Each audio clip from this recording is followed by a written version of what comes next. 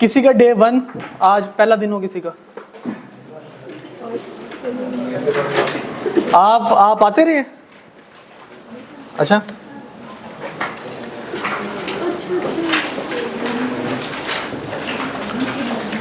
Okay जी। Chapter number 3 में हमने पहला पोर्शन कर लिया था। अब हम सेकंड पोर्शन जो है वो चैप्टर नंबर 3 का, जिसमें capacity to contract, capacity of parties to contract, ये हम लोगों ने इंशाल्लाह डिस्कस करना है। और इसके बारे में हम लोग ज़रा जानते हैं कि ये क्या कहता है, क्या इसके रूल्स हैं।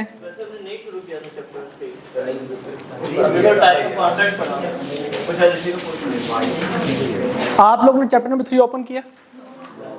ओपन करके ज़रा देखिए पहले सेगमेंट में क्या है उसको। भाई अंडर एस्टिमेट करते हो यार।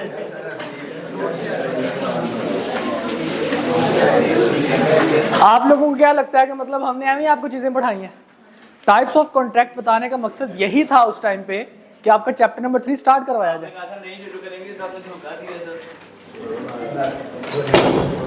मैंने कहा था कि हम वो चीज़ पढ़ेंगे जो मैंने पहले पढ़ी हुई है। अच्छा, इसमें एक छोटा सा पॉइंट नोट कर लें बेटा। चैप्टर नंबर 3 के अंदर आपके जो असेंशियल्स ऑफ वैलिड कॉन्ट्रैक्ट है वो आई थिंक 5 या 6 लिखे हुए हैं। 5 या 6 लिखे हैं। आप लोगों ने 10 के 10 लिखने हैं। ये 5 इस बुक में बड़े शॉर्ट करके लिखे हुए हैं। और जब आईकैप क्वेश्चन पूछता है तो वो आईकैप एज पर जो कॉन्ट्रैक्ट एक्ट है उसके हिसाब से वो पूछता है।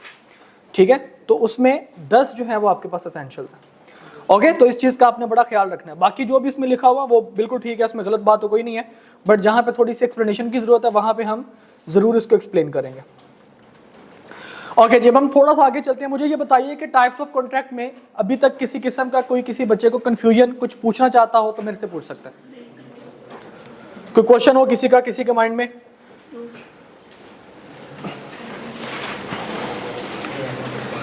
ऑल ओके, चलें जी। Capacity to enter, capacity of parties to enter into a contract. एक कॉन्ट्रैक्ट करने के लिए जो पार्टीज की कैपेसिटी है वो उसका मतलब क्या है? तो हमने लॉ से पूछा कि जिसका मतलब क्या है, तो लॉ ने सिंपल से वर्ड्स में बताया कि जनाब जो बंदे कॉन्ट्रैक्ट कर सकते हैं ये उनकी बात करेगा। तो हमने कहा कि सर कौन से बंदे कॉन्ट्रैक्ट कर सकते हैं? तो उसने बताया कि भाई 3 लोगों के सिवा हर बंदा कॉन्ट्रैक्ट कर सकता है। Every person has capacity to enter into a contract except 3 लोगों के अलावा। तो यहां पे हम लिख लेते हैं जनाब, जो स्टेटमेंट भाई साहब ने हमें बताई, कौन सी? Every person has capacity to enter into a contract except कौन से लोग? नंबर 1 माइनर, माइनर के सिवा। नंबर 2 अनसाउंड माइंड,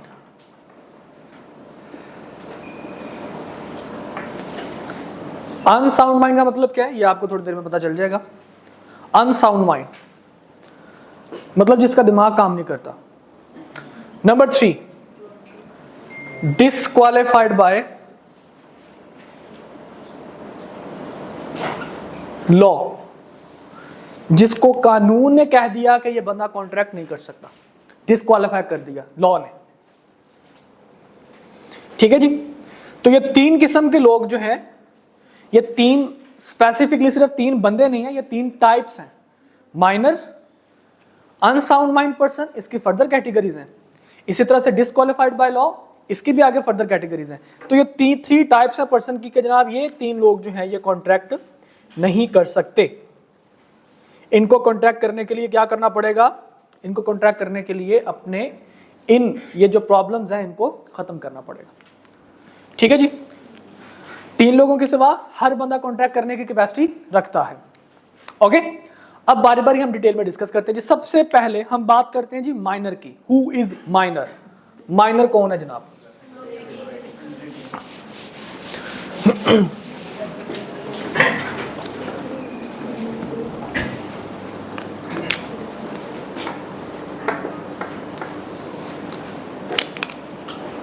कौन है जनाब माइनर?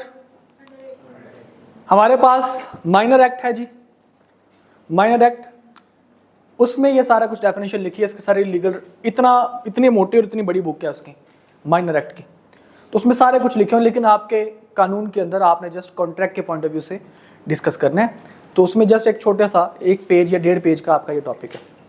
तो माइनर एक्ट के अंदर जब हमें देखा कि सर इसके जरा मुझे बता दीजिए कि इसकी डेफिनेशन क्या है, तो माइनर एक्ट में लिखा हुआ है जनाब कि where a person does not obtain age of majority, major होने की एज जब तक वो हासिल नहीं कर लेता तब तक वो माइनर रहेगा। अब पूछा जाए कि what is age of majority, majority की एज क्या है जनाब?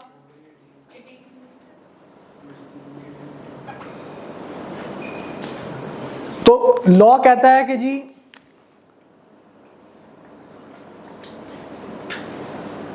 Laser than 18 in case of parents, अगर पेरेंट्स मौजूद हैं तो 18 साल से कम वाला बंदा, sorry age of majority more than और इक्वल टू 18, मोर देन और इक्वल टू 18, 18 साल या उससे ज्यादा की जो एज है that is age of majority. ठीक है, तो एज ऑफ माइनॉरिटी क्या होगी? Lesser than 18। Okay, more than equal to 18 कौन से केस में? अगर उसके पेरेंट्स जो हैं वो अवेलेबल हैं, जिंदा है। पेरेंट्स का मतलब होता है माँ या बाप या दोनों, ठीक है जी। और दूसरे केस में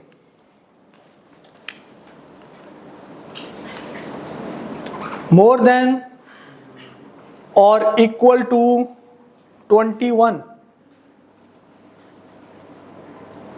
in case of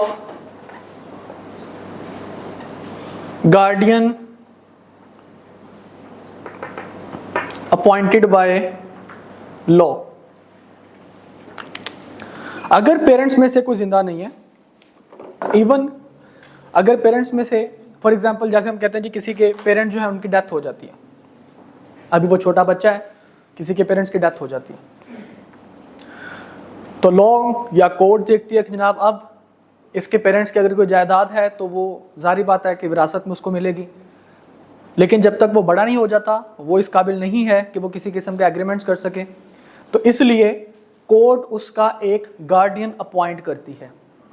अब वो गार्डियन को रिश्तेदार भी हो सकता है, अगर उसका कोई रिश्तेदार मौजूद नहीं है तो उसका कोई भी खैर खा बंदा कोर्ट उसको गार्डियन के तौर पर कंसीडर करवा सकती है। वो एक इसका प्रॉपर एक लीगल प्रोसीजर होता है, इसके ऊपर टाइम लगता है, इसमें एक तो अखबार इश्तिहार देना होता है कि जी फलां बंदा जो है इसका गार्डियन ये अपॉइंट कर दिया गया, अगर किसी को इतराज़ है तो आके हमारे पे केस कर सकता है। तो बहुत सारे इसके लंबे जोड़े प्रोसेस हैं, वो लॉयर्स जो होते हैं वो उनका काम है ये सारा का, आप लोगों को अंडरस्टैंड करने का ये काम नहीं है। एनीवेज, तो कहता है जी अगर लॉ ने गार्डियन अपॉइंट कर दिया, और गार्डियन अपॉइंटमेंट गार्डियन की होती है जब तक कि वो मेजर नहीं हो जाते। अभी रिसेंटली हमारे पास एक केस आया, एक कंपनी है तो उसमें एक एम्प्लॉय था, उसकी डेथ हो गई, तो वो बेसिकली सिक्योरिटी कंपनी थी। तो आपको पता है कि सिक्योरिटी कंपनीज में जो एम्प्लॉयज़ होते हैं उनकी इंश्योरेंस वगैरह करवाई जाती है, तो इंश्योरेंस के पैसे मिलने थे उसके बच्चों को। उसके 4 बच्चे थे, एक उसका बेटा था 20 साल का, एक उसकी बेटी थी 21 साल की, और 2 उसके जो बच्चे थे वो छोटे थे, एक 13 साल का और एक 15 साल का। अब उसके इंश्योरेंस के पैसे उसको नहीं मिले, कंपनी ने उसको पैसे नहीं दिए इंश्योरेंस के। कंपनी बेसिकली उनका जो मैनेजर था, जो फाइनेंस मैनेजर था, वो दोस्त था मेरा, तो उन्होंने मुझे कॉल की कि यार इस तरह से हम उनको पैसे देना चाहते हैं। पैसे भी खैर पैसे अच्छे थे, मतलब इतने भी ज़्यादा नहीं थे और ना ही इतने कम थे, तकरीबन 15 लाख रुपए थे। तो उन्होंने कहा जनाब कि ये हमने उनको डिस्ट्रीब्यूट करने हैं, लेकिन इंश्योरेंस कंपनी जो है वो या हम लोग डिस्ट्रीब्यूट नहीं कर सकते अनटिल और अनलेस हमारे पास गार्डियनशिप का जो है वो सर्टिफिकेट ना हो, और वो गार्डियनशिप का सर्टिफिकेट इशू करती है कोर्ट। तो फिर उसका हमने मतलब वो सारा कुछ करवाया, वो क्योंकि मेरे भाई लॉयर भी हैं तो उनको हमने कहा, तो उन्होंने वो सारा कुछ उनका प्रोसीजर करवा दिया। अब कोई भी पैसा है, जायदाद है, उसकी डिस्ट्रीब्यूशन के लिए गार्डियन का अपॉइंट करना लाजमी है, तो उसकी मदर को गार्डियन डिक्लेयर कर दिया गया था। अब जैसे ही लॉ ने गार्डियन अपॉइंट किया तो जो बच्चे पहले मेजर हो चुके थे वो तो मेजर ही हैं, लेकिन जो बच्चे 13 साल और 15 साल के थे अब वो मेजर कब होंगे जी? जो बच्चे पहले मेजर हो चुके थे वो मेजर कब हुए होंगे? 18 साल की एज में। ठीक है, जो बच्चे पहले मेजर हो चुके थे वो कौन सी एज में हुए होंगे? 18 साल की एज में, क्योंकि उनके पेरेंट्स उस टाइम उनके सर पे थे, उनके साथ थे। ओके, लेकिन जैसे ही जो छोटे बच्चे थे, जब उनके फादर की डेथ हो गई, 13 साल और 15 साल वाले जो बच्चे थे, उन दो बच्चों की जो एज ऑफ मेजोरिटी होगी, क्योंकि इस दफा लॉ ने क्या किया, गार्डियन अपॉइंट कर दिया। बेशक उसकी मदर को ही अपॉइंट किया, लेकिन लॉ ने क्या कर दिया, गार्डियन अपॉइंट कर दिया। तो अब इस सिचुएशन में क्या होगा, उन बच्चों की एज ऑफ मेजोरिटी कितनी होगी? 21 साल। Okay, any question? मदर तो है ही है पेरेंट्स में। जी बिल्कुल ऐसे ही है, लेकिन हमने क्या कहा, इन case of guardian appointed by law, जब लॉ ने अपॉइंट कर दिया गार्डियन के तौर पर उसकी मदर को, ठीक है, तो जब लॉ ने अपॉइंट कर दिया तो फिर वहां पे ये वाला रूल एप्लीकेबल है। लेकिन करते क्यों? जैसे मैंने बताया कि अगर आपने कोई जायदाद डिस्ट्रीब्यूट करनी है या आपने किसी किस्म का कोई भी मतलब काम है, देखें पाकिस्तान में एक, शायद आप लोगों को अंदाजा होगा इस चीज का, एक जुवेनाइल जुडिशियल सिस्टम के नाम से पाकिस्तान में एक रूल मौजूद है। नहीं आइडिया आप लोगों को? ओके, उसमें होता ही है कि अगर कोई छोटा बच्चा क्राइम कर दे, कोई मर्डर कर दे, कोई या किसी किस्म का मतलब हैवी क्राइम जिसको हम लोग कहते हैं कर दे, तो उसको जुवेनाइल सेल में रखा जाता है। जुवेनाइल सेल का मतलब होता है जिसमें छोटे छोटे बच्चे जो हैं वो, उनकी अलग से जेल होती है। उसके अंदर बाकायदा एक काउंसलर होता है जो कि जाके उनकी काउंसलिंग करता है, उनको एजुकेशन प्रोवाइड की जाती है, और उसके अलावा उस बंदे को, उस बच्चे को तमाम किस्म के, जब तक वो मेजर नहीं हो जाता, तमाम किस्म के उसको फैसिलिटेशन दी जाती है। ठीक है, और उस रूल के तहत लॉ कहता है कि जनाब हर जो बंदा है, हर जो बच्चा है, उसकी प्रोटेक्शन के लिए कोई ना कोई उसका जो सरबराह है, उसका कोई ना कोई जो गार्डियन है वो अपॉइंट करना चाहिए। ठीक है, तो गार्डियन अपॉइंट करना हमारे लॉ का हिस्सा है। अगर कोई बच्चा जिसके सर पे कोई नहीं है, उसका गार्डियन अपॉइंट करना हमारे कानून का हिस्सा है। ये दोनों पेरेंट्स में से, दोनों में से कोई भी एक मर्जी तो अपॉइंट करते हैं। नॉर्मली फादर जो होता है, फादर जो है, क्योंकि फादर को हम लोग मानते हैं कि जनाब ये ऑल इन ऑल है, नॉर्मली हम ये मानते हैं। मदर के लिए हम ये कहते हैं कि जी मदर क्योंकि एक फीमेल है, और पाकिस्तान जो है एक मेल डोमिनेटिंग ये कंट्री है, तो क्योंकि नॉर्मली यहाँ पे 90% या 80% जो मेल हैं वही जॉब करते हैं और अपने बच्चों को पालते हैं नॉर्मली। बाकी जो है वो जाहिर बात है कि हर माशरे के अंदर कुछ ना कुछ इसमें ऐसा होता है कि जिसमें पेरेंट्स दोनों के दोनों काम कर रहे होते हैं। तो इस वजह से कहा जाता है कि जनाब अगर गार्डियनशिप आपने ट्रांसफ़र करनी है तो बाप की जो जायदाद है वो बच्चों में ट्रांसफ़र होती है, जो माँ की जायदाद है वो माँ को उसके बाप से विरासत के तौर पर मिली होती है। समझ रहे बात को? तो इस वजह से नस्ल जहाँ से जिससे चलती है, बाप की नस्ल चलती है, जायदाद भी बाप की ही ट्रांसफ़र की जाती है। जो बहन की जायदाद है या आपके जो मदर की जायदाद है जो उनके हिस्से में मिलती है, वो आगे बच्चों को ट्रांसफ़र होती ज़रूर है, लेकिन उसका रूल थोड़े से डिफरेंट है।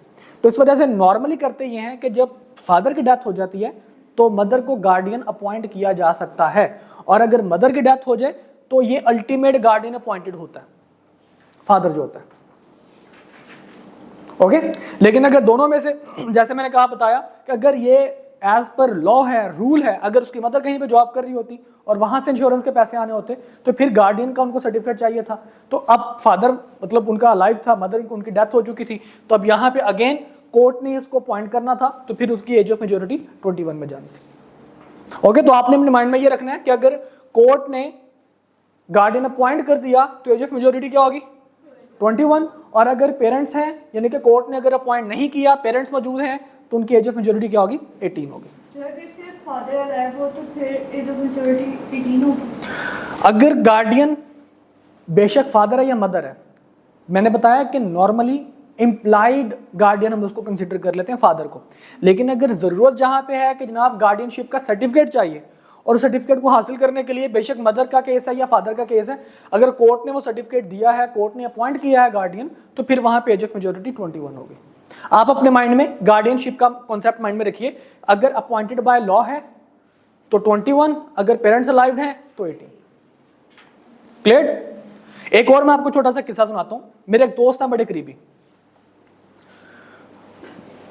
वो पैदा हुआ और उसके ठीक 1-2 साल बाद उसके जो फादर थे वो चले गए लंदन जॉब के सिलसिले में, काम के सिलसिले में। उसके बाद जनाब उन्होंने उनकी मदर को और उनके उस बच्चे के लिए वीज़ा भेजा। 1-2 साल 2-3 साल गुजर गए तो वीज़ा भेजा कि जी मतलब मेरी फैमिली जो है वो यहाँ पे शिफ्ट हो जाए। तो अनफॉर्चुनेटली उस बच्चे का वीज़ा नहीं लगा, जो मेरा दोस्त था उसका वीज़ा नहीं लगा, उसकी मदर का वीज़ा लग गया। तो उसकी मदर चली गई। उन्होंने कहा जी वो जब चली जाऊंगी तो जाहिर बात है फिर मैं बताऊंगी जी मेरा छोटा बच्चा है तो उसको बुला ले तो वो वीज़ा लगा देंगे। उसका वीज़ा रिजेक्ट हो गया था बचपन में। उसके बाकी सारे बहन भाई जो हैं वो लंदन में पैदा हुए हैं और वहाँ पे जनाब उनका सारा वहाँ की नेशनैलिटी उनके पास, एजुकेशन वहाँ की जॉब शॉप वहीं पे कर रहे हैं। ये अकेला मेरा दोस्त ऐसा मनहूस है, उसने 50 दफ़ा अप्लाई किया और हर दफ़ा उसका जो है वो रिजेक्ट हो जाता वीज़ा। उसके सारे बहन भाई माँ बाप लंदन में और वो अकेला जनाब यहाँ पे पाकिस्तान में। वो उसका अभी पिछले साल की बात है, उसका दुबई में उसने अप्लाई किया था तकरीबन 17वीं या 18वीं दफ़ा।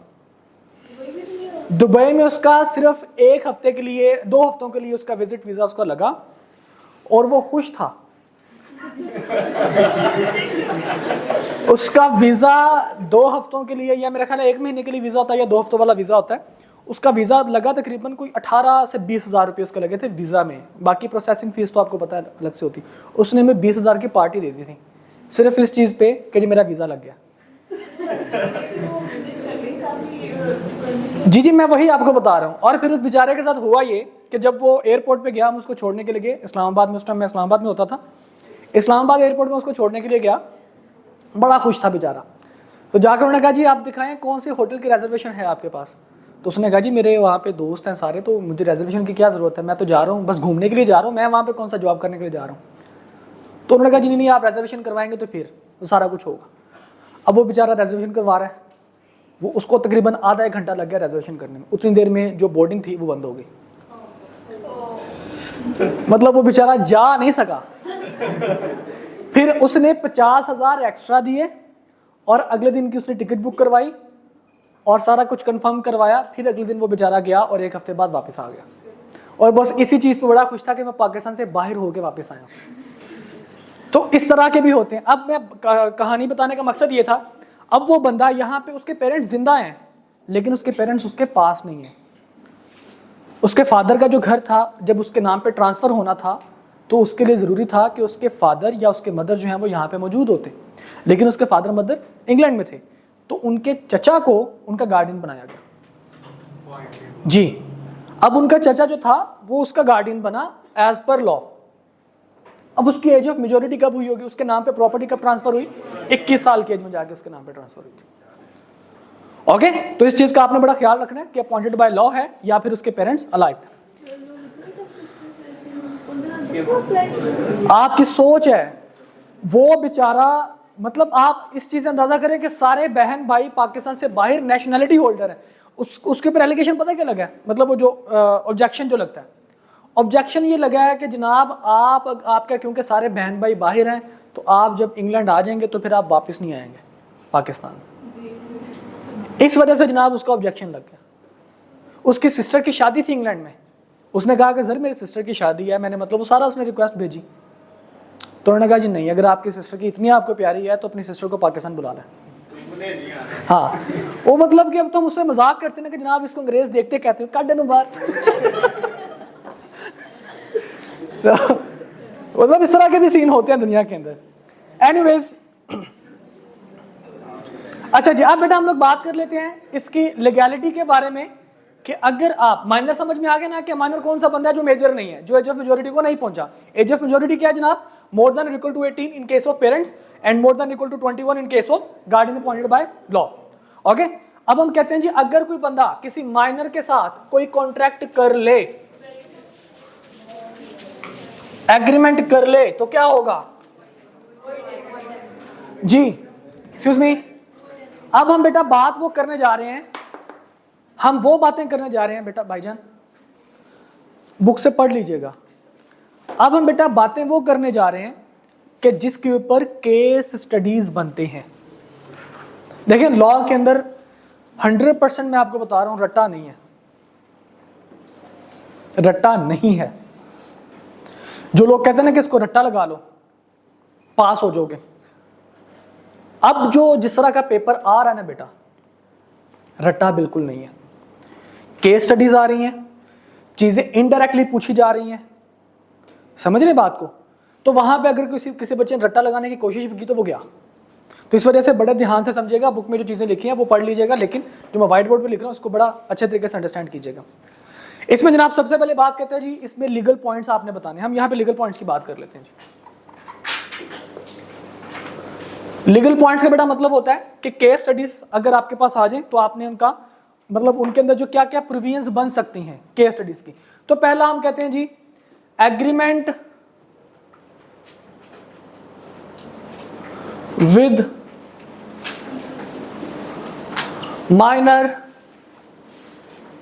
Is void ab initio. ये पता ना इसका इस टर्म का मतलब वॉइड एग्रीमेंट है, शुरू से ही गलत है। Agreement with minor is void ab इनिशो। Okay, ये है हमारा जनरल रूल, ये है साधारण जिंदगी जी।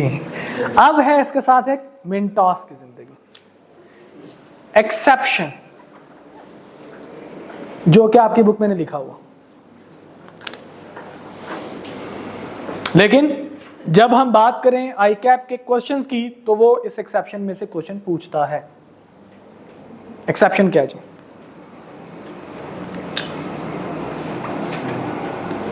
ये जनरल रूल है, agreement with minor is void ab initio. ठीक है जी, इस रूल की इसका मतलब क्या है जी? अगर आप किसी माइनर के साथ एग्रीमेंट करेंगे तो गलत है, कानूनी तौर पर वो क्या है? गलत है। अब हम कहते हैं जनाब इसकी एक्सेप्शन है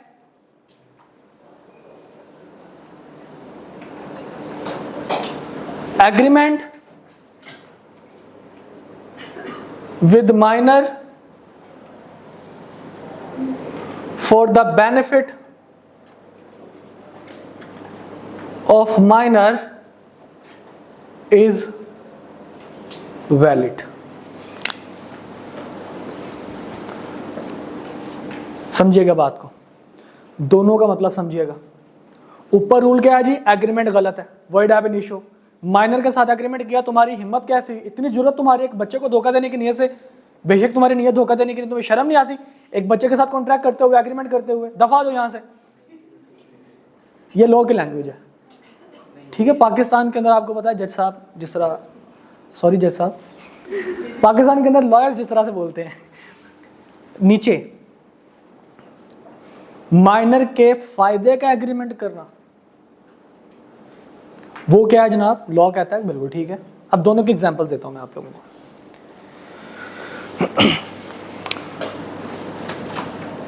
एक मिस्टर ए है और एक मिस्टर बी। ए है 16 साल का और बी है 26 साल का।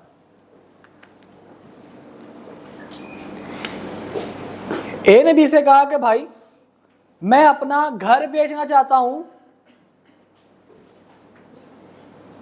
इसकी मालियत वैसे तो तकरीबन 1 करोड़ है, लेकिन सिर्फ आपके लिए ये 10 लाख रुपए का, 1 मिलियन बेच सकते ना घर। बी ने कहा मसला ही कोई नहीं सर, मसला कोई नहीं, लें पैसे पकड़े, 10 लाख रुपए पकड़े और घर मुझे नाम पे मेरे ट्रांसफर कर दें। इसने पैसे दे दिए, इसने 1 मिलियन इसको पे कर दिया और ये भाई साहब अब मुकर गए, मैं तो नहीं घर बेच रहा। अब बी चला गया कोर्ट और जाके कहता है कि सर पेमेंट ले लिया, काम नहीं कर रहा, पैसे ले लिए लेकिन काम नहीं कर रहा। मतलब जी रॉन्ग नंबर है ये, मतलब कि हम हमारे से इसने पैसे ले लिए हैं लेकिन इसने मुझे घर मेरे नाम पे ट्रांसफर नहीं कर रहा एज पर एग्रीमेंट, हमारा कॉन्ट्रैक्ट हुआ सर। तो कोर्ट ने ये वर्डिक्ट दी, कोर्ट ने ये डिसीजन दिया कि agreement with minor is void एब इनिशियो। हम ये समझ रहे हैं कि तुमने कोई एग्रीमेंट किया ही नहीं। कहता सर फिर मेरे पैसे, कहता भाग जो, कोई पैसे नहीं है, निकलो यहां से। ना तुम्हें घर मिलेगा ना तुम्हें पैसे मिलेंगे, क्योंकि agreement with minor is void एब इनिशियो। किसी किस्म का कोई भी रेस्टिट्यूशन नहीं होगी। अगर ये माइनर पैसे खा चुका हो तो बी ए से पैसे नहीं ले सकता। क्लियर? Any problem? मसलन साहब, ये कौन सा केस है? जनरल रूल वाला। अब हम आते हैं एक्सेप्शन वाले केस में। एक्सेप्शन वाला केस क्या था? घर था 1 लाख रुपए की मालियत का, 1 लाख रुपए का घर था, जंगल में होगा ना। घर था 1 लाख रुपए की मालियत का, ठीक है। बी ने ए के साथ एग्रीमेंट कर लिया कि वो इसका घर परचेज करेगा कितने में? 10 लाख रुपए में। दोनों में एग्रीमेंट हो गया। बाद में इसको पता चला कि यार ये तो मैं गलत कर बैठा हूं, ये तो 1 लाख रुपए की मालियत का घर था, मैं 10 लाख रुपए का क्या बैठा हूं, मैंने नहीं घर परचेज करना, भाग जाओ यहां से। अब जनाब ए चला गया कोर्ट, और कोर्ट में जाके कहता है कि सर मेरे साथ एग्रीमेंट किया था, कॉन्ट्रैक्ट किया था, मेरा घर ये 10 लाख रुपए का परचेज करेंगे। अब बी भाई साहब जो है वो मुकर रहे हैं, इनसे कहिए कि मेरा घर परचेज करें। तो बी कहता है कि सर आपने ही तो कानून बनाया है, agreement with minor is void एब इनिशियो। तो एक ये माइनर छोटा बच्चा है, इसके साथ मेरा एग्रीमेंट हुआ ही नहीं है। तो लॉ ने कहा कि हमने एक और कानून बनाया है। कौन सा? Agreement with minor for the benefit of the minor is valid. यहां पे किसको फायदा हो रहा है? माइनर को फायदा हो रहा है ना। उसकी 1 लाख रुपए की चीज 10 लाख रुपए की निकल रही है। किसको फायदा हो रहा है? यहाँ पे माइनर को फायदा हो रहा है। तो लॉ कहते हैं जनाब क्योंकि माइनर को फायदा हो रहा है, इस वजह से ये बिल्कुल वैलिड कॉन्ट्रैक्ट है, वैलिड एग्रीमेंट है। Got it? एग्जाम्पल सेम थी, लेकिन सिर्फ फर्क किस चीज का आ गया? बेनिफिट किसको मिल रहा था। अगर तो इसका बेनिफिट मिल रहा है किसको? माइनर को, तो एग्रीमेंट बिल्कुल वैलिड। और अगर इसका बेनिफिट माइनर को नहीं मिल रहा तो एग्रीमेंट आपके पास क्या है जी? वॉइड एब इनिशियो। यहां तक के मसले साहब।